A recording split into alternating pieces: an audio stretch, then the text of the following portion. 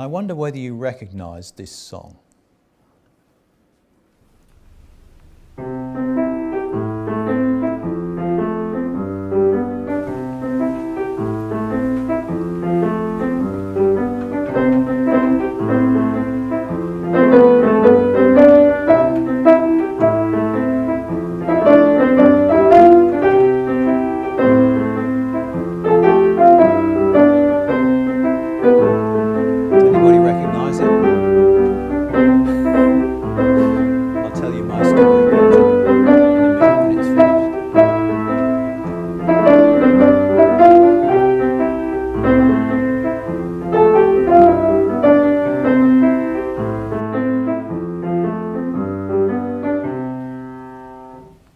Does anybody know the name of the song?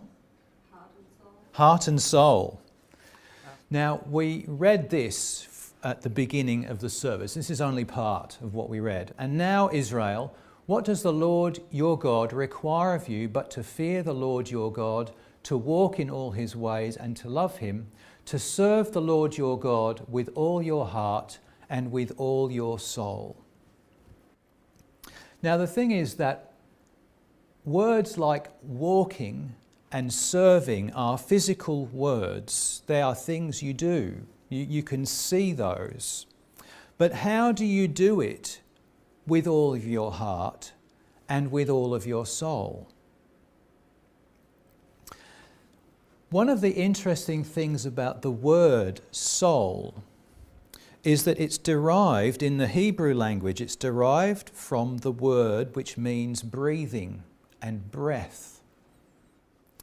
And one of the things we have to realise is when we talk about walking and serving, those activities that we do, our heart and our lungs are continually working whatever we do. You see, they're always there. They're things that we're not conscious of. We don't think about making our heart go. We don't think about breathing, generally speaking. We think about other activities that we do while our heart and our lungs are busy doing their job. And if it weren't for our heart and our lungs continually beating and continually breathing, we would not be able to do anything, would we? We would actually fall down and die. In the same way, when we act, when we do things, we often don't think about our motivations and our reasoning for doing things. And this is what heart and soul reflects. It's our motivation and our reasoning for doing things. There's a lovely saying that I'm familiar with and have been for a number of years, and it shows you the difference, the very important thing we must remember when it comes to acting. It's this: you can give without loving, but you cannot love without giving. You can give without loving, but you cannot love without giving. So the giving can be done whether you love or whether you don't. You might give someone a gift because you love them, or you might give them a gift because they might then like you instead. You see, but that's a different motivation. The way and the reason you give the gift is the important thing. You see, so you can give without loving, but you cannot love without giving. Now, one of the interesting things is that when psychologists talk about mindfulness, they often talk about focusing back on the breathing as a way of centering yourself and bringing yourself back to awareness, because we can get so caught up with all of these things going on around us that just to focus on that breathing, that process that just has to happen always and has to happen naturally, can help us center and calm ourselves down. If you imagine a time when you've got stressed, you'll realize what happens to yourself. You'll notice perhaps that your heartbeat raises, your heart beats faster, and you might also notice you start breathing faster and you breathe in a more shallow way. So you breathe like that instead of taking full and deep breaths. So psychologists talk about the way that you can focus on your breathing and actually calm your breathing down by taking full breaths and taking them slowly. Now here's one way to do it. I note on the slide, one way you can practice your breathing is by blowing bubbles, because you are blowing in a very focused way to produce a stream of bubbles. The other way you can do it is this. I made one of these yesterday, a pinwheel. I imagine most of you have seen a pinwheel. And if you blow it, you can make it spin. So one way to practice breathing in a very concentrated and directed way is to use a pinwheel or to use blowing bubbles. So I'm going to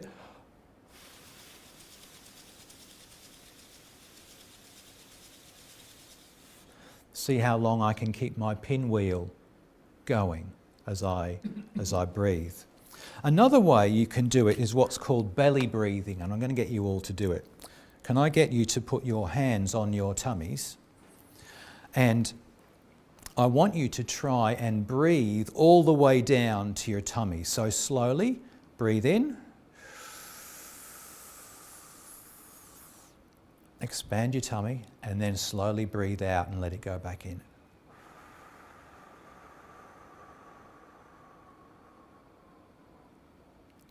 And breathe in again.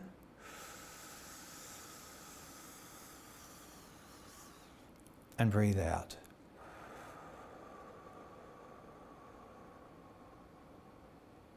Now you can imagine if you're in a stressful situation, doing those things, the belly breathing, because your belly's always with you, is a good way of doing it. Just focusing on what that breathing, on the process of breathing deeply and calmly and slowly, it actually helps lower your heart rate, and it helps you focus on something other than all of the distractions and the noise around you. To make a pinwheel, you will need a small piece of paper, a small flat-headed nail or a thumbtack, a pencil, a pair of scissors, and a small hammer. We're going to begin by making a square. So fold a triangle in your piece of paper, like this. Then draw along the edge of the triangle that you've made and cut that extra piece of paper off. Then fold the square the other way to make another triangle. And you'll see there are two diagonal folds here. Now we're going to make a small hole right in the middle of the square. We're going to make 4 more holes. The easiest way to do this is make a hole right where I've shown you here, and then turn the paper round 90 degrees and make a hole in the same place. Do that with each side of the square. And then we're going to cut part way along the folds towards the middle, but not all the way. About halfway or a little bit more. Then we're going to fold each of the flaps, just one side, the side with the hole on it, towards the center. And we're going to put a pin through all of those holes and through the one in the middle. Then you're going to use the hammer to secure the pin or the nail into the top of the pencil. You might need to loosen it by turning the pinwheel a little bit, otherwise it might not move when you blow it. Something else you can try is turning it slightly away from you so that as you blow, the fans of the pinwheel catch your breath.